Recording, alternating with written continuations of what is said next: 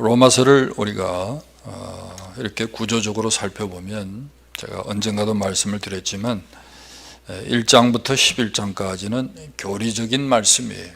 그래서 구원이 어떻게 이루어졌는가 하는 내용을 설명하고 있고 12장부터 마지막 장까지는 실천적인 문제를 다루고 있습니다.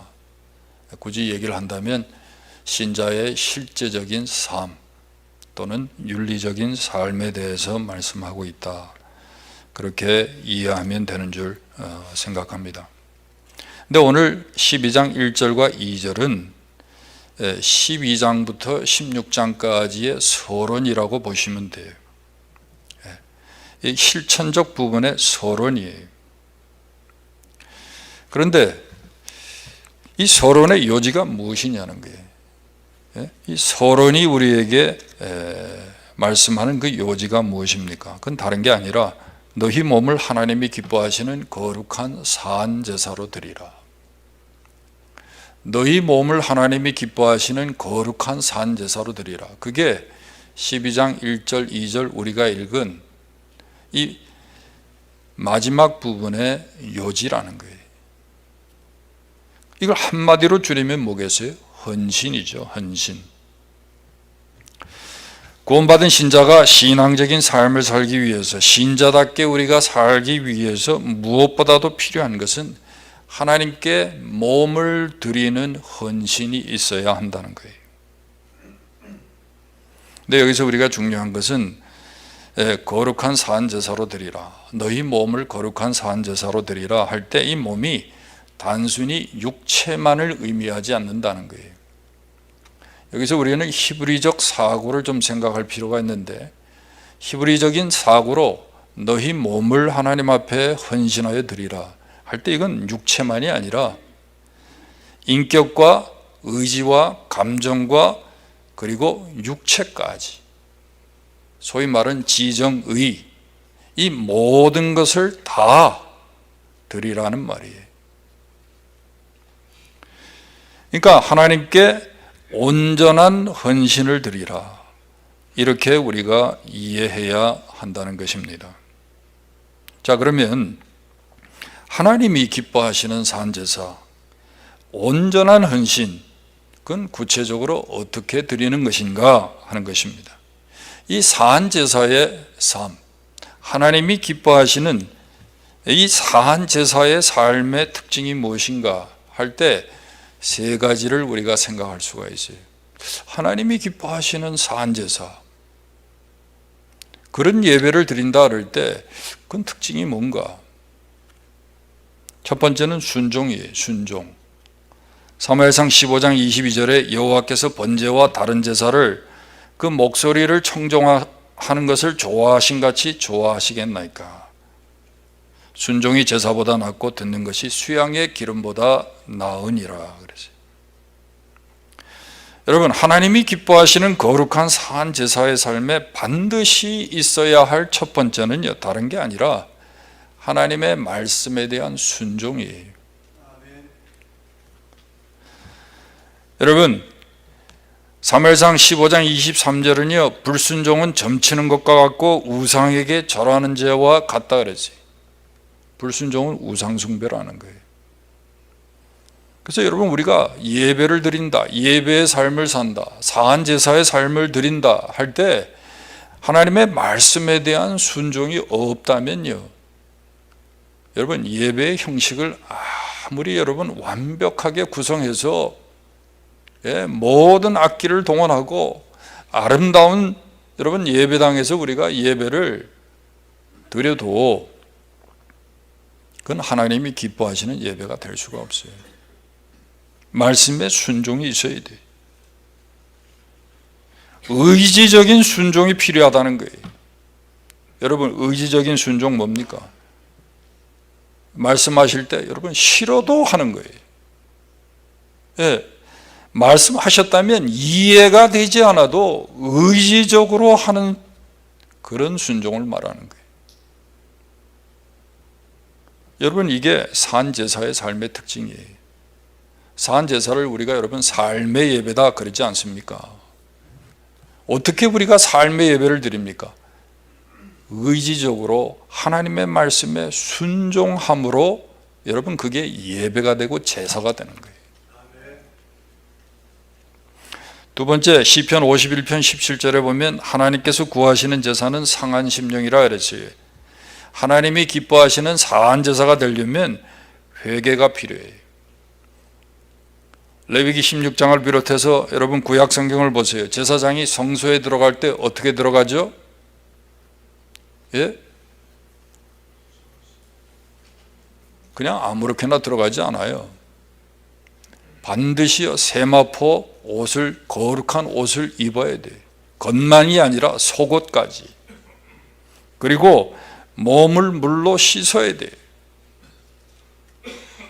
그리고 그것보다도 앞서서 하는 게 있는데, 자신과 자신의 집안을 위해서 속죄 제사를 드린 다음에 성소에 들어가요. 이게 제사법이에요. 여러분, 우리가 하나님이 기뻐하시는 제사의 삶을 우리가 드린다. 우리에게도요, 이런 제사가 있어야 돼요. 우리 심령의 제사가 필요해요. 죄를 뉘우치고 회개하는 그 마음을 하나님이 원하시기 때문에 여러분, 회개하는 이 정결 의식이 우리에게 필요하다는 거예요. 여러분, 회개가 왜 중요합니까? 회개할 때 우리 자신을 여러분 정결한 제물로 하나님 앞에 드릴 수 있기 때문입니다.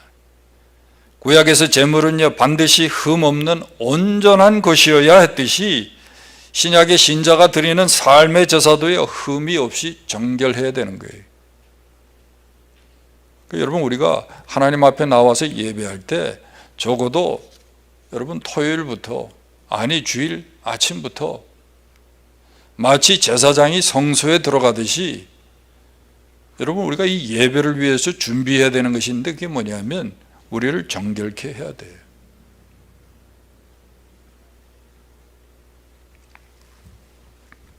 반드시 먼저 죄를 회개해야 한다는 거예요. 근데 하나님이 이런 상한 심령의 제사, 회개하는 마음을 하나님이 기뻐 받으신다는 거예요.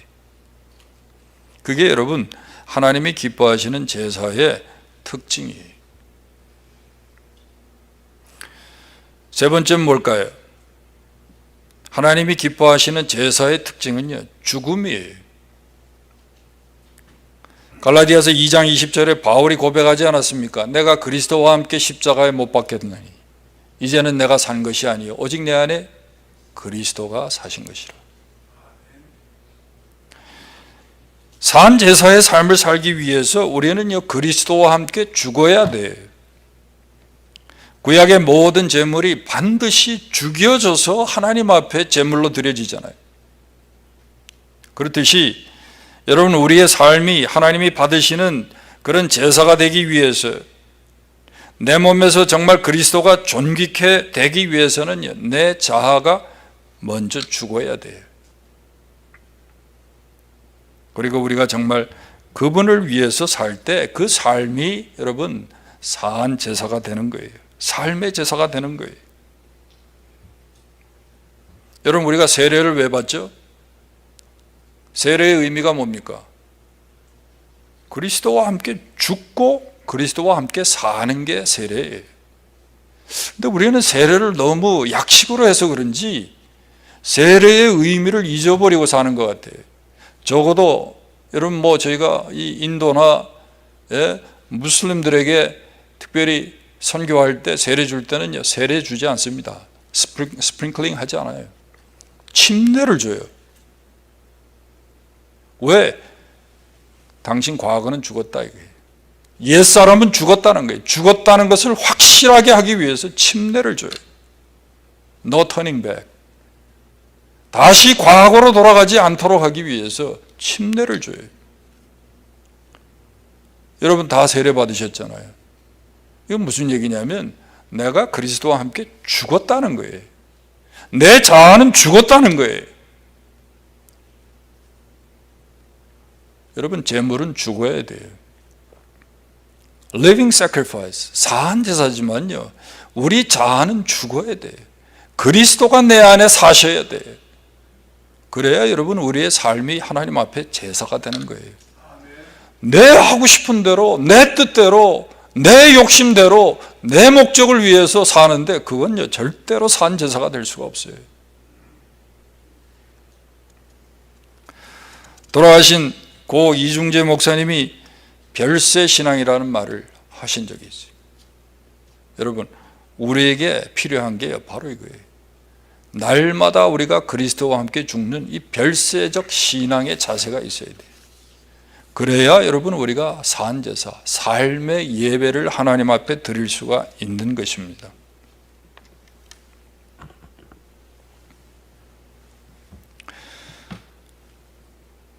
(19세기에) 이 모라비안 교도 중에서 도보와 니치먼이라는 사람이 서인도 제도에 이 노예들이 팔려가서 거기서 노동을 하고 사는데, 그들에게 복음을 전하기 위해서 이들이 자진해서 자신이 종신 노예로 팔려가지고 그들 중에 들어가서 선교했다는 얘기 여러분이 들어보신 적이 있을 거예요.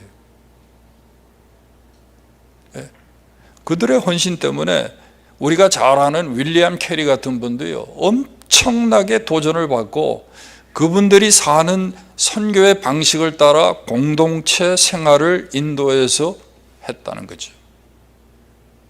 근데 그보다 훨씬 전에 17세기 중엽에 영국의 귀족이 항해를 하다가 배가 파손되고, 그런 와중에 이 해적에게, 알제리안 해적에게 포로로 잡혀서 노예 생활을 하게 됐어요.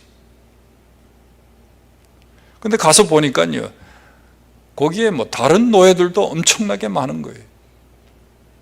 근데 이 귀족이 예수를 믿는 사람이었어요. 그래서 그가 거기에 노예로 있으면서 그들에게 복음을 전하고, 교회를 개척해서 모여서 신앙생활을 같이 하게 됐어요. 근데 나중에 어떻게 해가지고 이 귀족이 해적들에게 잡혀서 지금 노예 생활을 하고 있다는 소문이 가족들에게 전해진 거예요. 가족들이요, 수소문해가지고 그 사람이 어디 있는지 찾아내고, 또 그 해적들이 원하는 몸값을 준비해가지고 그분을 찾아갔어요. 해방시켜달라고, 노예에서. 모든 절차를 다 끝나고 이제 자기만 오케이 하고 가면 돼요. 근데 이 귀족이요, 마지막 순간에 그랬다는 거예요. 나는 돌아가지 않겠다고. 왜 안 가냐고. 이유는 다른 게 아니라, 내가 돌아가면 이 교회와 이 노예 성도들을 보살필 사람이 없기 때문에 나는 기꺼이 내 남은 생에 종신 노예로 나는 여기서 그들과 함께 살겠다고. 그렇게 하고 돌아가지 않았다는 거예요.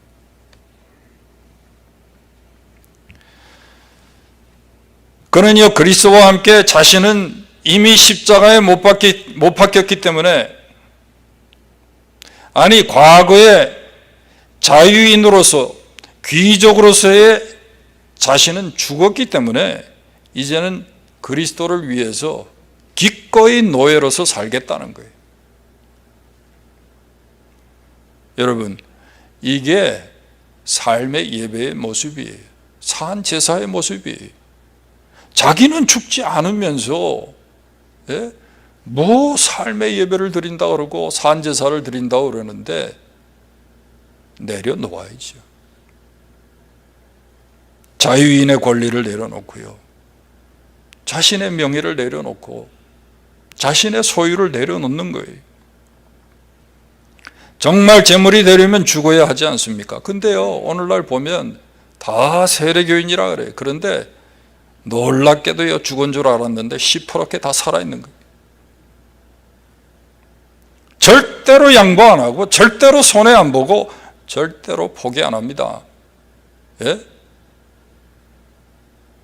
여러분, 자기 자리도 포기하지 않잖아요. 그 자리에 앉으면 뭐 큰일 나잖아요. 우리 집사님 얘기 들으니까 서울의 그 대형교회도 찬양대 자리가 다 있대요. 절대로 그 권사님 자리에 앉으면 안 된대. 난리 난대. 그래서 2달에 한 번 아주 강제로 바꿨대. 강제로. 돌아가면서 자리를 바꿨대.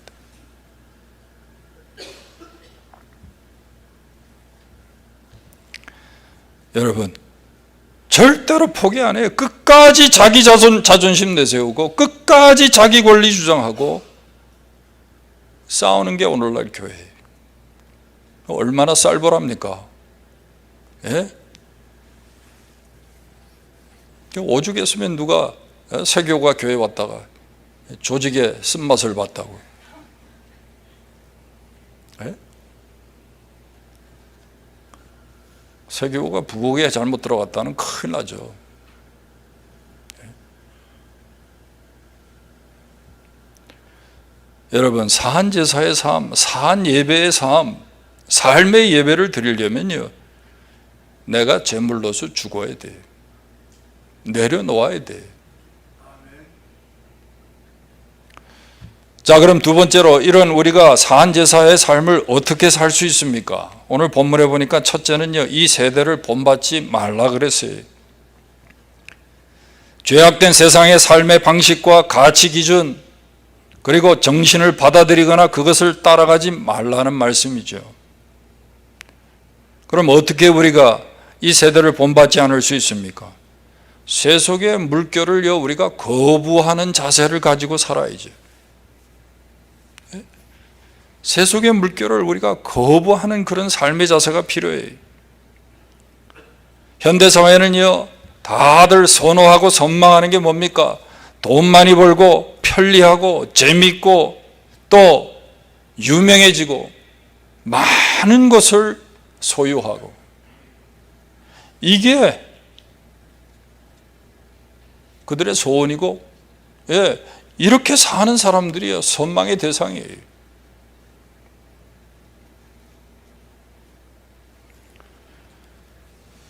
그래서 이 마이클 호튼이라는 사람은요, 미국 교회를 평가하면서 이런 책을 썼어요. 미국제 복음주의를 경계하라.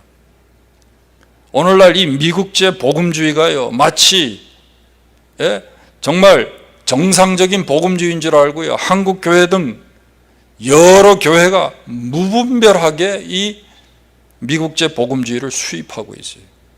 한국 교회는 아주 문제가 많습니다. 그래서 얼마나 해악이 많은지 몰라요. 여러분, 미국제 복음주의가 뭡니까? 세속화된 복음이에요. 세속화된 교회예요. 교회 안에 여러분 실용주의, 물량주의, 쾌락주의, 개인주의, 개인주의, 이런 세속의 물결이 다 들어와 있는 거예요. 여러분, 교회 성장주의라는 게 어디서 왔습니까? 교회 성장주의가 어디서 왔어요? 교회 성장하기에 미국에서 생겼어요. 미국에서. 교회가 무슨 회사도 아닌데, 이익 집단도 아닌데 교회를 마케팅하고 앉았잖아요.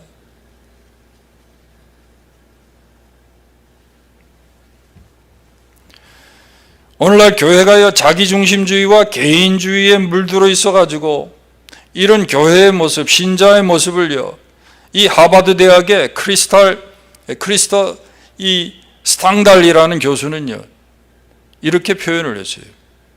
교인들이 그런다는 거예요. 하나님, 당신은 나를 위해 무엇을 하고 계십니까? 그리고 나 말고 공동체에 무슨 일이 일어난든 나에게 무슨 상관이 있습니까?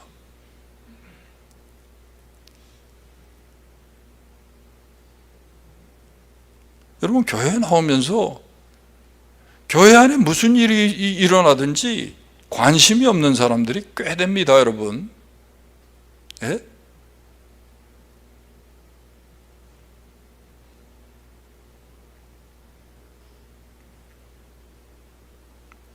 이렇게 우리가 개인주의에 빠져서 산다는 거예요.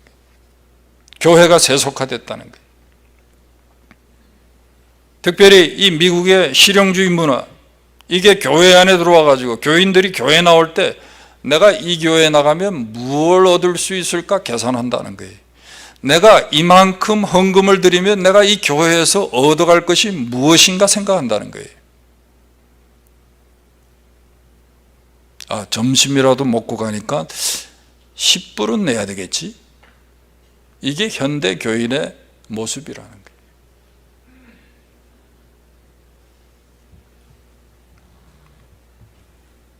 한국 개신교가 타락하는 원인이 뭡니까? 아니, 개신교가 쇠퇴하는 원인이 뭡니까? 교회의 세속화예요. 가장 심각한 문제가 교회 성장주의고요. 그리고 기복주의죠. 예. 목사들이 뭐 그냥 교회를 그저 대형 교회 만드는 게 목회의 목적이니까, 목표니까. 교인들도 솔직히 교회 성장 별로 관심 없죠. 목사들이. 교인들은 뭐예요? 자기만 잘 되면 돼요. 자기 성공하고 자기 출세하고 자기 자식 잘 되고 자기 집안 잘 되고. 그러니까 한국 교회는요 너무나 세속화돼 가지고 더 이상 한국 교회를 복음주의 교회라고 말하기가 어려워요.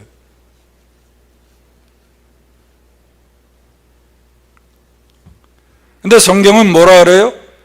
우리가 참 예배의 삶, 사한 제사의 삶, 이런 하나님을 기쁘시게 하는 제사의 삶을 살려면 단호히 우리가 이 세속의 물결을 거부하고 살아야 한다는 거예요.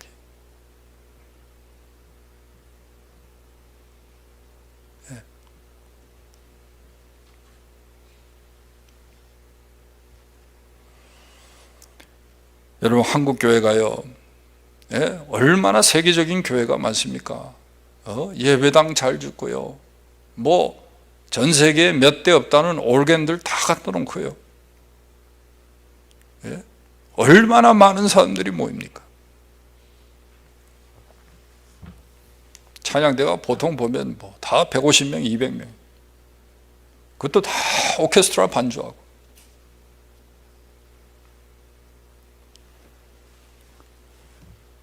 근데 여러분, 이런 예배를 드린다고 해서 하나님이 기뻐 받으시는 게 아니에요. 교회 안에 세속의 모든 때는 벗겨내야 되는 거예요.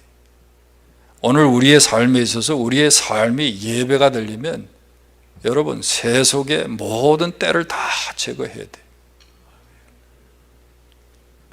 그래야 여러분 하나님 받으시는 예배가 되는 거예요. 산제사가 되는 거예요. 두 번째는요, 변화를 받으라 그랬어요. 여기 보니까 이 세대를 본받지 말고 오직 마음을 새롭게 함으로 변화를 받으라. 여기 변화는 헬란말로 메타모르푸스테라는 말이에요. 메타모르푸스테. 근데 이 단어가요, 마태복음 17장에 보면 예수님께서 변화산에 올라가셨을 때 예수님이 변형되사 그 얼굴이 해같이 빛나고 옷이 빛과 같이 휘어졌더라 할 때 예수님이 변형되사, 변화되사 똑같은 단어예요. 여기서 우리가 생각할 게 뭡니까? 우리가 결론할 수 있는 것은 다른 거 아니에요. 변화를 받는다 그럴 때 예수 그리스도처럼 우리가 닮아갈 때,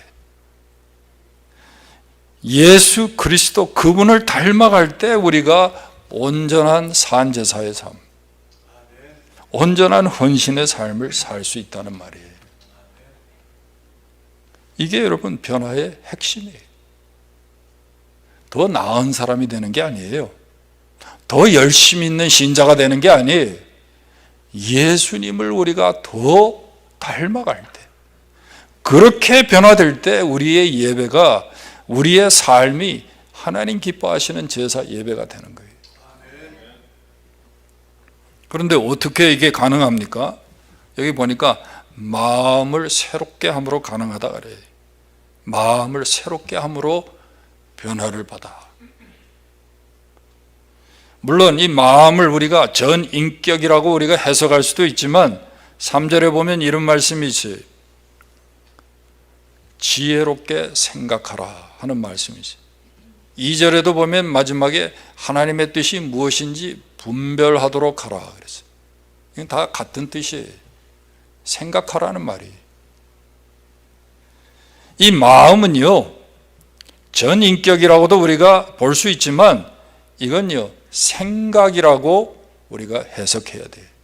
또 이 마음이라는 단어가 헬란 말로 카르디아가 아니고 누스라고 되어 있어요. 이건 정신이라는 말이에요. 뉴럴로지라는 말이 여기서 나왔죠. 이 마음은요, 사고 기관인 생각을 말하는 거예요. 사고를 말하는 거예요. 그러니까 마음을 새롭게 한다는 건 무슨 말이에요? 생각을 새롭게 하라는 거예요. 생각을. 예수 그리스도를 우리가 점점 닮아가기 위해서 우리에게 필요한 것은 우리의 생각이 예수님의 생각처럼 돼야 된다는 거예요. 예수님처럼 우리가 생각해야 한다는 거예요. 그래서 이런 말이 있어요. 생각이 그리스도면 그리스도인이다. 따라합시다. 생각이 그리스도면 그리스도인이다. 교회 간다고 해서 여러분 그리스도인이 아니에요. 예? 성경 많이 읽는다고 해서 여러분 꼭 그리스도인이라고 말할 수 없어요. 생각이 그리스도예요. 예수님처럼 생각하면 그 사람이 그리스도인이에요. 에베소 4장 17절에서 24절에 여러분 보시면요, 거기 보면 이 신자와 불신자의 차이가 뭔가, 신자와 이방인의 차이가 뭔가, 거기 보면 마음이라고 그랬어요. 이방인들은 마음에 허망한 것을 쫓아서 산다 그랬어요. 이방인들의 생각은 늘 허망하다는 거예요. 욕심을 쫓아서 살고 보이는 것만을 위해서 살기 때문에 그들의 생각은요, 늘 허망하다는 거예요. 그런데 구원받은 신자는 뭐가 달라요? 생각이 변화됐다는 거예요. 가치관이 변화됐다는 거예요. 사고 방식이 다르다는 거예요. 이게 여러분 신자와 불신자의 차이예요. 구원받은 사람과 구원받지 못한 사람의 차이예요. 여러분의 생각이 변화됐습니까? 사고방식이 바뀌었습니까? 여러분의 가치관이 바뀌었습니까?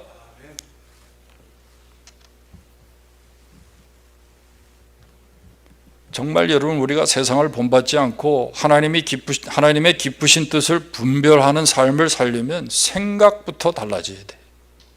그리스도처럼 생각해야 돼. 이 세상 사람들과는 다른 가치관을 가지고 우리가 살아야 그런 삶이 가능한 거예요.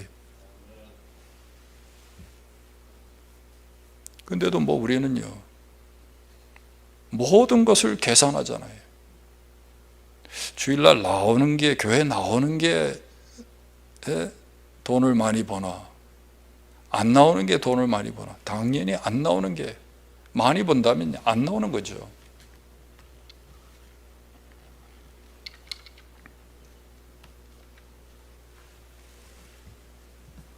말씀대로 살아서 내게 유익한가, 이익인가? 말씀대로 살면 여러분 실제로 당장 손해보거든요. 예? 당장 손해보는 일이 많습니다. 그 말씀대로 안 살죠. 다 치링하죠.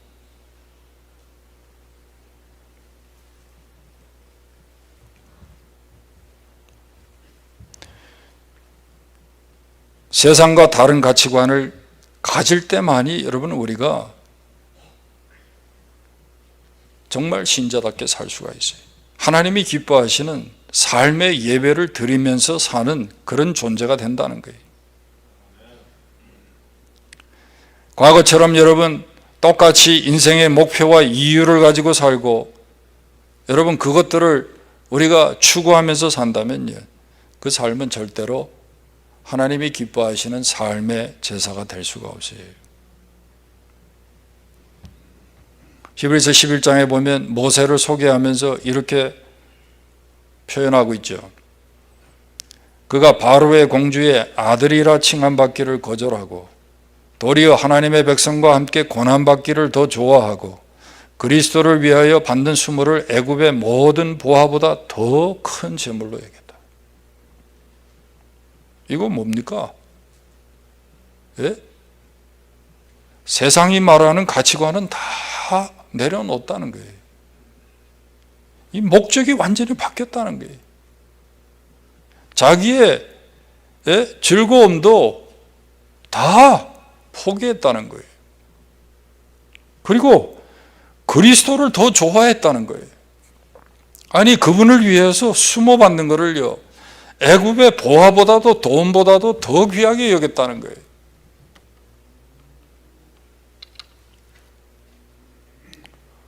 여러분, 오늘 우리가 변화된다는 것은요, 정말 우리의 생각이 달라진다는 것은 이렇게 가치관이 바뀌는 거예요. 이 가치관이 바뀌지 않으면요, 절대로 신자답게 살 수 없어요. 여러분, 우리가 말로는 늘 좁은 길, 좁은 문 우리가 걷는다 그러죠. 근데 여러분이 지금 걷고 있는 그 길이 좁은 길입니까? 좁은 문입니까? 아니, 그런데 왜 그렇게 걸어다니는 게 쉽죠? 좁은 길, 좁은 문은요, 위험하기 짝이 없어요. 늘 손해봐요.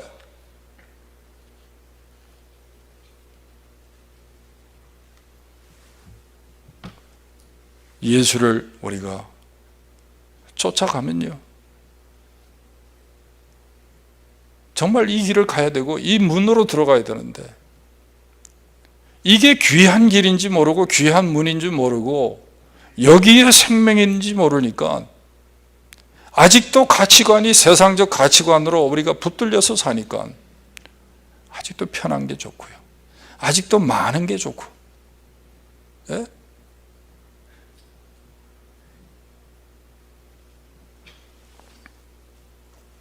어제도 그 말 하셨죠. 왜 그렇게 우리가 더 가지려고 그러죠? 소유를 통해서 자기의 존재를 증명하려고. 죄송합니다. 교회 성장주의도 마찬가지예요. 예? 자기가 대단하다는 걸요, 교회를 키워가지고 자기를 증명하려는 것 뿐이에요, 그게. 근데 오늘날 교회 성장을 보면 다 수평이동 아닙니까? 예? 껍데기들만 모아놓고 말이죠. 그걸 자랑하고. 예? 한국교회에서 우리 교회가 몇 등이라, 이런 얘기나 하고.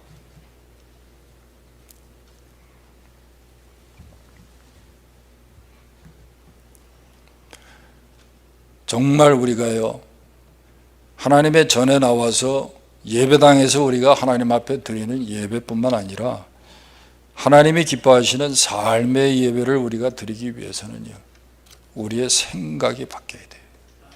가치관이 바뀌어야 돼요. 주님은요, 한 영혼이 천하보다 귀하다. 예? 99마리 양보다 우리에 있지 않은 한 마리가 그분에게는 더 소중해요. 이런 가치관이 없으면요, 절대로 우리가 하나님 기뻐하시는 산 예배의 삶을 살 수가 없어요. 예수님처럼 생각해야 돼요. 이렇게 생각이 새로워져야 그때부터 여러분 삶의 예배가 시작이 되는 거예요. 아직도 나를 위해서 살고, 예? 더 맛있는 거 먹고 더 편하게 살고 더 많이 가지고 살기 위해서 내가 인생을 지금 열심히 달려가고 있다면, 여러분, 그건 구원받은 신자의 삶의 모습은 아니에요. 예배의 모습은 아니에요. 여러분, 구원받으셨습니까? 구원받은 자답게 살 수 있길 바랍니다. 삶의 제사, 온전한 제사의 삶을 여러분 살아드릴 수 있기를 바랍니다. 그래서 여러분, 무엇보다도 우리에게 필요한 게 뭡니까? 하나님 앞에 진정한 순종, 진실한 회개, 그리고 내 자아가 죽는 이런 별세적인 신앙이 있어야 돼요. 예? 왜 교회에 와서 자기 주장을 하고 소리를 질러요? 예? 바닥바닥거리냐고. 예? 세례받았다면서. 다 죽은 사람들이 그냥 뭐 회의만 하면 살아나. 우리 교회는 뭐 거의 그런 예가 없지만, 여러분 우리의 삶의 방식과 사고의 방식이 바뀌어야 돼요.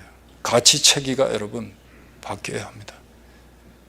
생각이 그리스도면 그제야 여러분 우리가 그리스도인이 되는 것입니다. 기도하겠습니다. 하나님 아버지, 오늘도 우리에게 말씀으로 교훈하시고 무엇이 은혜의 삶인지, 어떻게 사는 것이 하나님의 사람의 삶의 모습인지 알게 하시니 감사합니다. 우리의 생각이 그리스도를 닮아가게 하시고 새로워져서 정말 하나님이 기뻐하시는 삶의 예배를 드리는, 정말 구원받은 자답게 살아가는 우리 모두가 되도록 주님 도와 주시옵소서. 예수님의 이름으로 기도하옵나이다.